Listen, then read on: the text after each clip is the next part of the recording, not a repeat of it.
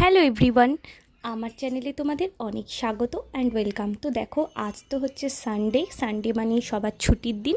তো ছুটির দিনে আজকে ব্রেকফাস্ট থেকে আমরাও ছুটি নিয়ে নিয়েছি। তো দেখো, দাদাভাই নিয়ে এসেছিলো সকাল সকাল হচ্ছে মিষ্টির দোকান থেকে পরোটা আর তরকারি।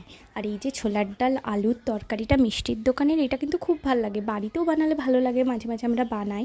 আর মা দেখো নিয়ে নিয়েছিল সকাল সকাল জ্যান্ত মাছ, অনেকদিন পরই জ্যান্ত মাছ নিয়েছে। আর পুচকুটা মাছ দেখে মাছ ধরবে বলে বায়না করছে। আর পরোটাগুলো দেখো কত বড় বড় সাইজে, আর খুব পাতলা পাতলা, ভালোই লাগে বেশ খেতে আমারও।